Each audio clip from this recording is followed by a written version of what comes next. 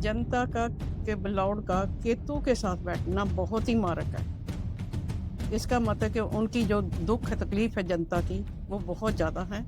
तब राजा जो है था वो सारे का सारा यूएसए की तरफ टिल्ट हुआ था और अपने सारे रिसोर्सेज उसने यूएसए को दे रखे थे। हो सकता है कि इस्लाम को ये छोड़ दें और इससे वहाँ की जियोपॉलिटिक्स भी बहुत ज़्यादा बदल जाए। जनता का धैर्य जवाब दे गया है। छोटी-छोटी बातों पे कि बाल दिख रहे हैं, हिजाब नहीं पहनना, इससे लड़कियों को यंग लड़कियों को मार दिया जाता है। ये कोई अच्छी बात नहीं है। नमस्कार माता जी, नमस्कार, कैसे हो आप? बढ़िया। आपने ईरान का हॉरोस्कोप स्टडी करा था मंडेन एस्ट्रोलॉजी के हिसाब से। आप इनके ईरान के एज अ कंट्री हॉरोस्कोप के बारे में हमें क्या बता सकते हैं? अगर हम 1/4/1979 को इनका बर्थ डेट लेते हैं, तो वो 4 नंबर का लगन बनता है मून। तो मून में उसके राशि में जुपिटर बैठा हुआ है जो कि वो उच्च का है। तो एज़ ए पर्सन बहुत अच्छा हॉरोस्कोप है ईरान का, कोई प्रॉब्लम नहीं है। मगर कुछ ऐसे प्लैनेट हैं जो कि प्रॉब्लम कर रहे हैं, जैसे सैटर्न जो है राहु के साथ बैठ गया 2nd हाउस में और केतु के साथ वीनस बैठ गया 8th हाउस में। और इनके हॉरोस्कोप में जो वीनस है, वो जनता को रिप्रेज़ेंट करता है, जो कि केतु के साथ बैठ गया है। मंडेन एस्ट्रोलॉजी में जो हमारा फोर्थ हाउस होता है, वो मासेस को, जनता को रिप्रेजेंट करता है। यही चीज़ ठीक है? जी हाँ, और 10वाँ हाउस जो है सरकार को रिप्रेज़ेंट करता है। 10th हाउस हमारा गवर्नमेंट को रिप्रेजेंट कर रहा है और इनके हॉरोस्कोप में मून इनका लग्नेश है जो कि आपका 11th हाउस में जाके बैठा है और एग्जॉल्टेड भी है, काफी अच्छा साइन है ये। जी हाँ, मगर मून को कोई सपोर्ट नहीं कर रहा, ना आगे ना पीछे। तो ये एक ऐसा योग बनाता है जिसके कारण मून थोड़ा वीक हो जाता है। मगर ओवरऑल इनका हॉरोस्कोप अगर हम देखते हैं अच्छा है। लग्नेश को कोई सपोर्ट नहीं मिल रही है, यानी कि कंट्री को उतनी सपोर्ट नहीं मिल रही है। पर कंट्री जिस टाइम पे आज़ाद हुआ है, आज़ाद तो हम नहीं कहेंगे, जिस टाइम पे इस्लामिक नेशन अनाउंस हुआ था, उस टाइम के हिसाब से इनका जो कंट्री का बैठता है, वो हॉरोस्कोप उतना बुरा नहीं है। जी हाँ, क्योंकि जुपिटर लगन में उच्च का होके बैठा है और लग्नेश खुद मून है, वो भी उच्च का है। तो एज़ ए कंट्री लोग बहुत अच्छे हैं और कोई प्रॉब्लम नहीं है, मगर लोगों को बहुत सफ़र करना पड़ता है, क्योंकि उनका जो रिप्रेज़ेंट करता है, वीनस उनको रिप्रेज़ेंट करता है, वो 8th हाउस में केतु के साथ आके बैठ गया है। जैसे आपने हमें बताया कि वीनस जो है, 4th हाउस का जो लॉर्ड है वीनस, वो इनकी जनता को रिप्रेज़ेंट कर रहा है। ऐसे ही 10th हाउस में हमारी कौन-सी राशि बैठ रही है? कौन-सा प्लैनेट है जो सरकार को रिप्रेज़ेंट कर रहा है 10th हाउस में? वहाँ एरीज़ राशि है और वो जो है सरकार को रिप्रेज़ेंट करता मंगल है और मंगल इनका 9th हाउस में बैठा है, मगर वो चलित में 8th हाउस में वो भी आ जाता है। तो सरकार भी सफ़र करती है, लोग तो करते ही करते हैं, मगर उसके हिसाब से सरकार भी सफ़र करती है। उसको बहुत सारे रॉयट्स वग़ैरह सँभालने पड़ते हैं, बाहर की कॉन्स्पिरेसी सँभालनी पड़ती हैं। जनता का 8th हाउस में बैठना, ये तो कोई बहुत अच्छा साइन नहीं हुआ।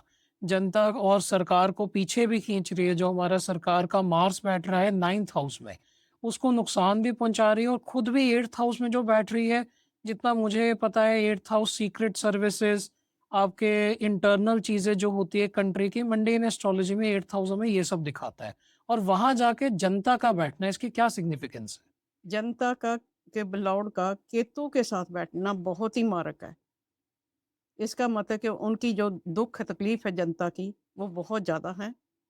बहुत ज़्यादा अग्रेशन दिखाया जाता है सरकार की तरफ से। उनको कुचला जाता है, दबाया जाता है। तो वो ये शो करता है केतु और वीनस का इकट्ठे होना। और वीनस जो है ज़्यादा डिग्री का नहीं है, केतु ज़्यादा डिग्री का है। तो वीनस केतु की तरफ जा रहा है, केतु के उल्टा चलता है और वो भी वीनस की तरफ आ रहा है। इट मीन्स वीनस को है बहुत ज़्यादा सफ़रिंग फ़ील करता है।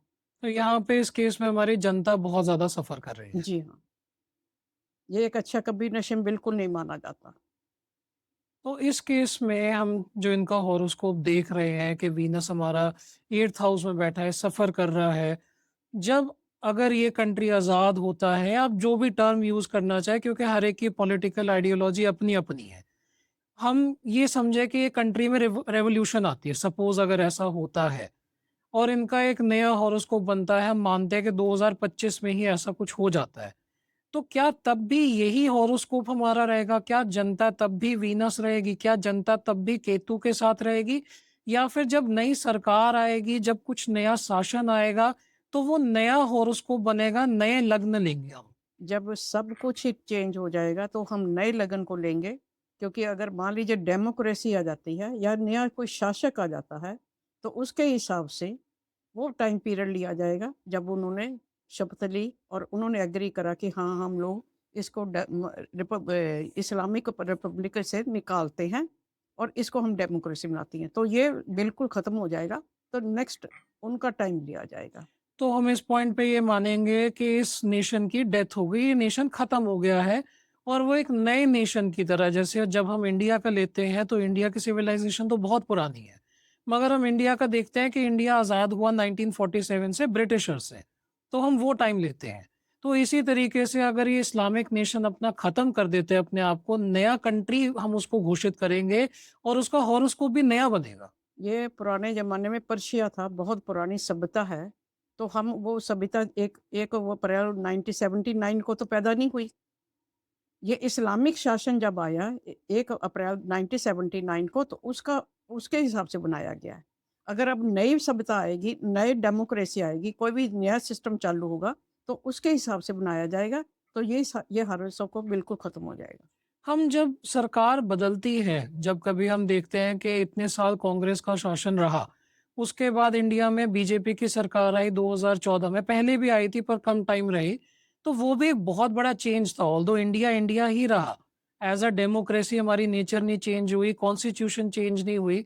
तो क्या वो डेट भी इम्पोर्टेंट होती है कि इस तारीख को बीजेपी ने, मोदी जी ने अपना शासन संभाला, क्या वो डेट भी इम्पोर्टेंट है? वो सिर्फ़ उनके उस एरी ए ए एरा के टाइम के लिए होती है। मान लीजिए कि मोदी जी ने 2014 का सँभाला, तो उनका शपथ डेट टाइम लेके उसकी बनाया जाता है कि क्या ये 5 साल में क्या करेंगे? क्या इनकी सरकार को किसी किस्म का खतरा है?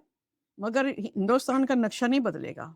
हिंदुस्तान का जो उनका टाइम लिया जाता है इंडिपेंडेंस का, वही रहेगा, चाहे मोदी का राज आए, चाहे कांग्रेस का आए, चाहे किसी का भी आए।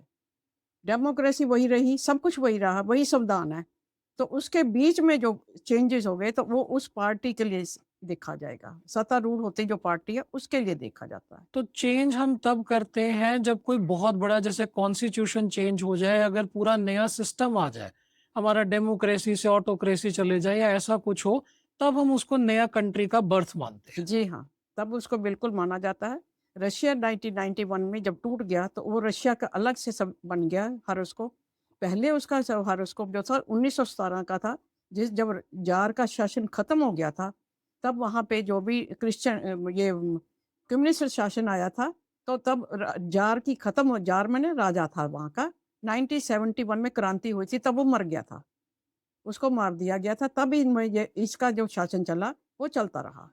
1991 में जब ये डिसइंटीग्रेट हो गया, तब इसका अलग से बना हॉरोस्कोप। तो उस टाइम पे हमने रशिया का नया हॉरोस्कोप बनाया कि अब एक नया शासन, नया कंट्री, नया सब कुछ हो गया है। जी हाँ, एरिया चेंज नहीं, सिर्फ हमें ये भी देखना होता है कि डेमोक्रेसी के या गवर्नमेंट टाइप ही बदल रही है। बिल्कुल।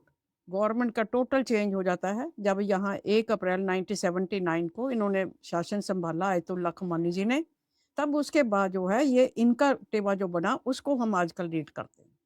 तो इनके हॉरोस्कोप में, चलित चार्ट में जो वीनस है, जनता है, वो 7वें में भी आ जाती है। हुँ। तो ओवरऑल क्या ये अच्छी बात है, क्योंकि एटलीस्ट 8वें घर से केतु से दूर हो गई जनता? थोड़ा-सा इफ़ेक्ट कम हो जाता है, मगर इतना ऑन द होल कोई ज़्यादा फ़र्क नहीं पड़ेगा, क्योंकि वो आपस में एक-दूसरे के पास ही जा रहे हैं प्लैनेट। तो इसलिए 7th में आ गई, क्योंकि वो 10 डिग्री का है और केतु जरा उसका है 23 डिग्री का है, तो वो अल्टीमेटली उसके पास ही जा रहा है वीनस। केतु जो है वो रेट्रोग्रेड हमारा जैसे कि होता है, वो केतु वीनस की तरफ आ रहा है, वीनस आगे को बढ़ रहा है, तो अप्रोचिंग ईच अदर फिर भी जी, रहे। जी हाँ। तो तो इसलिए वो उनके दुःख-तकलीफ़ें थोड़ी देर के रुक जाती हैं, मगर ख़त्म नहीं होती।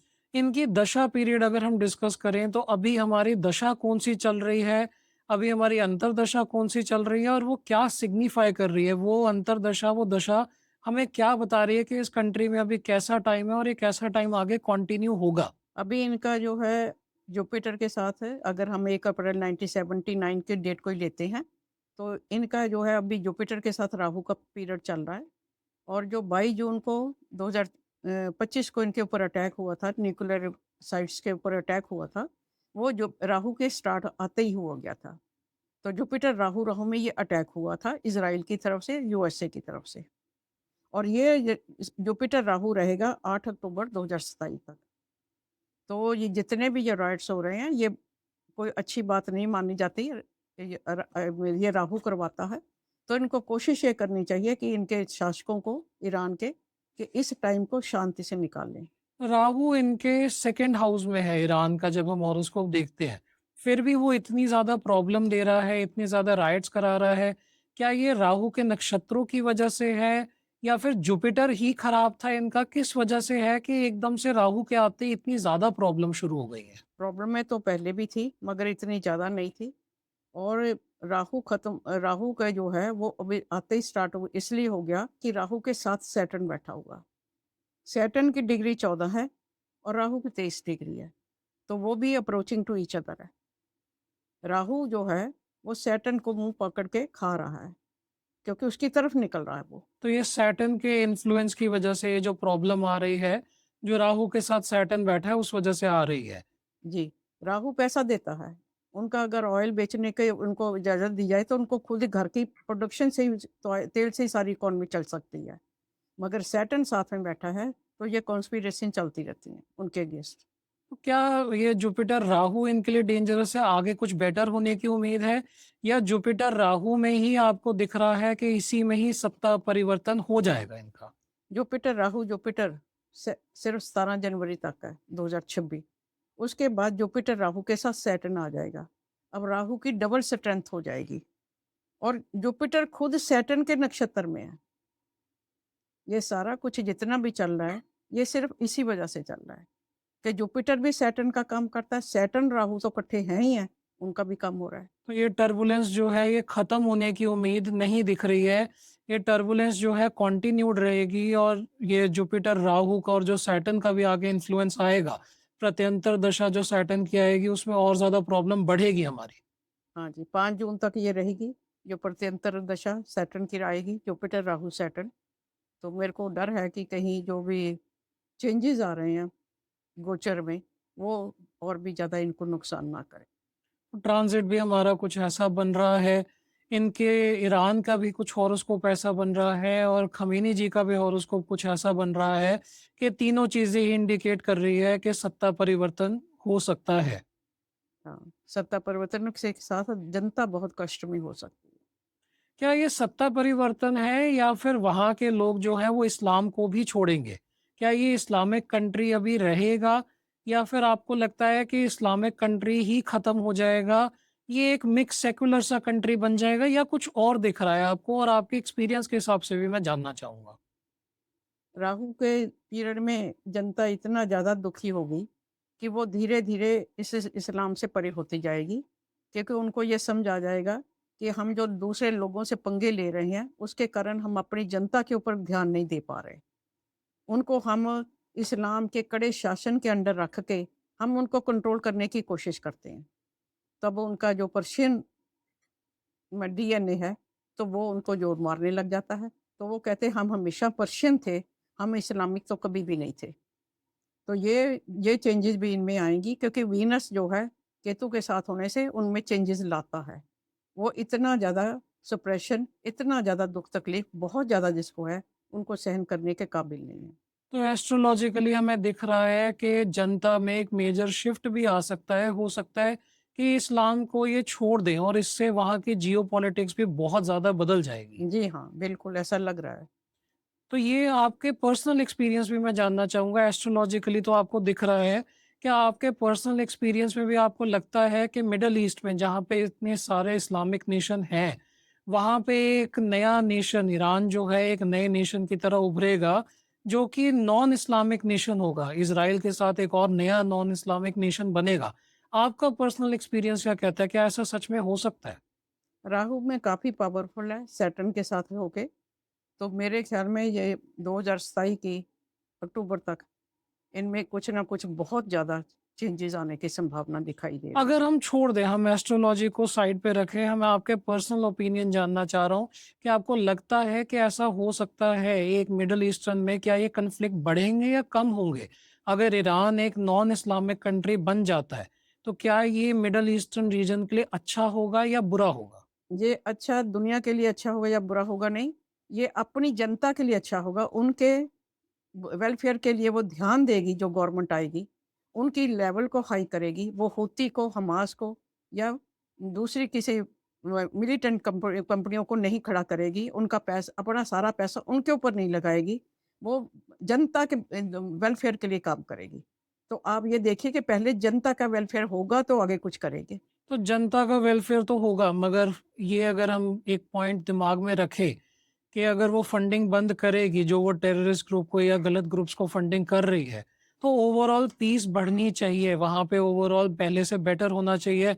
इज़राइल भी पहले से ज़्यादा स्ट्रॉन्ग होगा और ओवरऑल देखा जाए तो पीस आने के चांसेस है कि मिडल ईस्टर्न जो एक प्रॉब्लम इतने दशकों से चल रही है, वो थोड़ी कम हो जाए शायद। हाँ, देख बिल्कुल ऐसा लग रहा है कि लोग इस्लाम से फेड अप हो गए हैं। उनको समझ नहीं आ रहा कि ये हमारे ऊपर ऐसा सेशन क्यों लगाया जाता है। 79 से पहले वहाँ बहुत ज़्यादा आज़ादी थी औरतों को भी और हर तरह की अच्छी हालत थी लोगों की।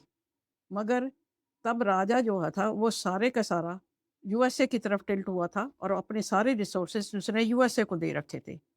बच्चों जिसने ईरान के लोगों ने इसलिए ये क्रांति करी थी, मगर अपने ऊपर उन्होंने शासन लगा लिया इस्लाम का। तो वो इस्लामिक राज्य जो बना दिया गया, तो उनके स्ट्रिक्ट रूल जो है वो भी 1400 साल पुराने वो भी उनके ऊपर आके लागू हो गए। अब वो उन रूलों के नीचे उन पाबंदियों के नीचे छटपटा रहे हैं। मेरा आपसे पूछने का ये जो पॉइंट है वो ये है कि हमें ये पता है कि आने वाले 2, 3, 4 साल में ज़्यादा उथल-पुथल हो सकती है। अगर ईरान में ये रेवोल्यूशन आती है, जो कि हमें काफ़ी दिख रहा है, काफ़ी इंडिकेशन है खमेनी जी के हॉरोस्कोप में भी, ट्रम्प जी के हॉरोस्कोप में भी और ईरान एज़ अ कंट्री के हॉरोस्कोप में भी। अगर ये चीज़ होती है, वहाँ पे पीस आती है, तो फिर आगे उथल-पुथल 3, 4, 5 साल बाद जब सैटर्न रोहिणी नक्षत्र में आएगा, तो वो उथल-पुथल कैसे होगी जब वहाँ पे ऑलरेडी पीस आ जाएगी तो? सैटर्न भी खुद भी राहु के नक्षत्र में बैठा है। जब ये अक्टूबर 2027 को राहु खत्म हो जाएगा, तो आगे सैटर्न की दशा 19 साल की खड़ी है। पर हम सैटर्न की दशा को तो देखेंगे नहीं जब हम ये कह रहे हैं कि ईरान एज़ अ नया कंट्री बॉर्न होगा। तो हम तो नया हॉरोस्कोप बनाएँगे, यहाँ पे हम एक तरीके से ये मानेंगे कि ये हॉरोस्कोप अब डिस्कार्ड हो गया, खत्म हो गया। हम नया हॉरोस्कोप बना रहे हैं।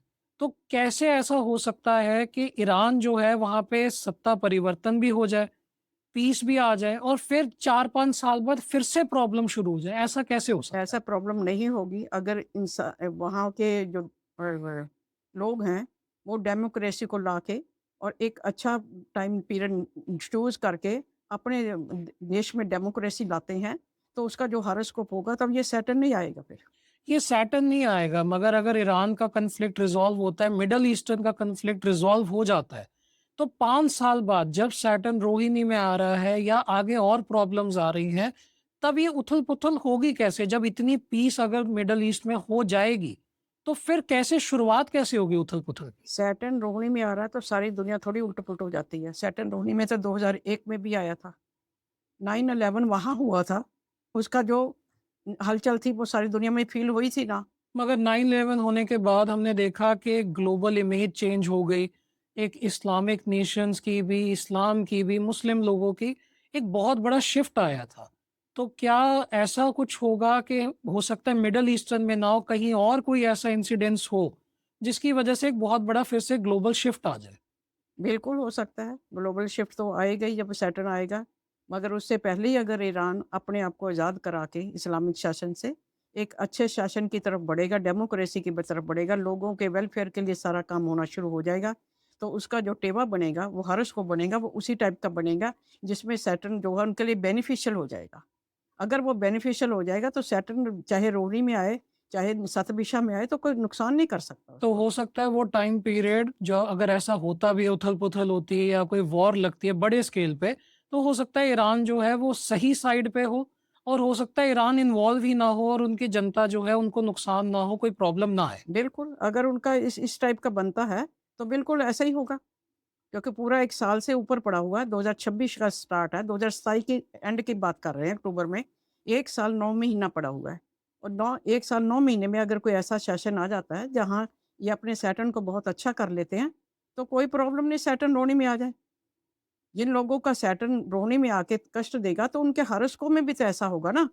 चलिए हम एस्ट्रोलॉजी पे ही वापस आते हैं। अगर हम साढ़े साती का कंसेप्ट को समझें, तो क्या एज़ अ कंट्री भी इनको साढ़े साती की प्रॉब्लम फेस करनी पड़ेगी? क्योंकि आज की डेट में अभी सैटर्न जो है वो पाइसेस में 12वीं राशि में ट्रांज़िट कर रहा है और कुछ टाइम में 2 साल, ढाई साल के करीब में वो एरीज़ में आ जाएगा। तो इनका जो मून है वो सेकंड नंबर की राशि में एक्सॉल्टेड है। तो क्या ईरान को अगर ये सत्ता परिवर्तन नहीं होता, अगर यही हॉरोस्कोप वैलिड रहता है, तो क्या मंडेन एस्ट्रोलॉजी में क्या साढ़े साती का, क्या सैटर्न का इनको भी फ़र्क पड़ेगा? बिल्कुल, बहुत पड़ेगा। जब मून के ऊपर सैटर्न क्रॉस करेगा तो इनके इनके यहाँ नेशन में बहुत हलचल होगी। तो अगर बाय चांस ऐसा होता है कि ये पूरा सप्रेस कर दिया जाए, जो लोगों का मूवमेंट है, सब कुछ सप्रेस हो भी जाए, जब साढ़े साती शुरू होगी, ढाई साल बाद, तो बहुत वायलेंस हो सकती है, बहुत वायलेंट इरप्ट हो सकते हैं और बहुत कन्फ्यूजन हो सकती है कंट्री में तब उस टाइम पे भी। उस टाइम ये बहुत ज़्यादा अत्याचारी बन जाएँगे शासक, जनता के लिए बहुत बुरा होगा। पर मुझे नहीं लगता है, मेरी पर्सनल ओपिनियन में मुझे नहीं लगता है कॉन्फ्लिक्ट उतना लंबा खिंचेगा और मुझे नहीं लगता कि आपको भी ऐसा लगता है कि इतना लंबा ये कॉन्फ्लिक्ट खिंचेगा। खींचना भी नहीं चाहिए, इतना लंबा खींचना नहीं चाहिए। जनता का धैर्य जवाब दे गया है।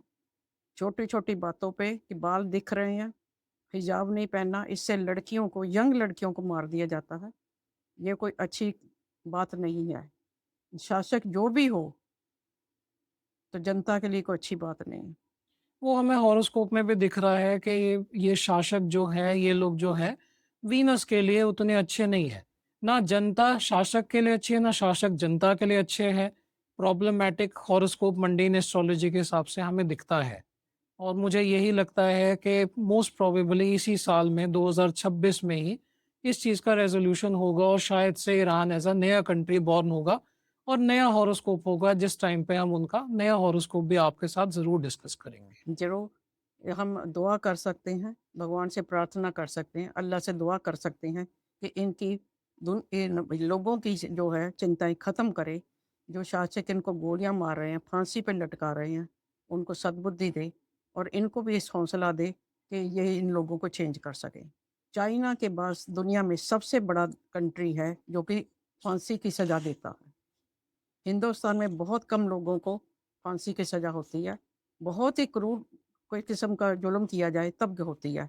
मगर यहाँ चाइना के बाद सबसे ज़्यादा 942 लोगों की शायद पीछे इन्होंने हत्या कर दी फांसी दे के। और अब तो शायद और भी ज़्यादा हो रही है, जो हमें कोई खबर नहीं आ रही। तो जिन लोगों के घरों के लोग जाते हैं, वो किस तरह तड़पते हैं, वो उनको बताया नहीं, शासकों को बताया नहीं जा सकता। क्योंकि वो बहुत अमन चैन से रहते हैं अपनी-अपनी जगह पे, उनको कोई फ़र्क नहीं पड़ता।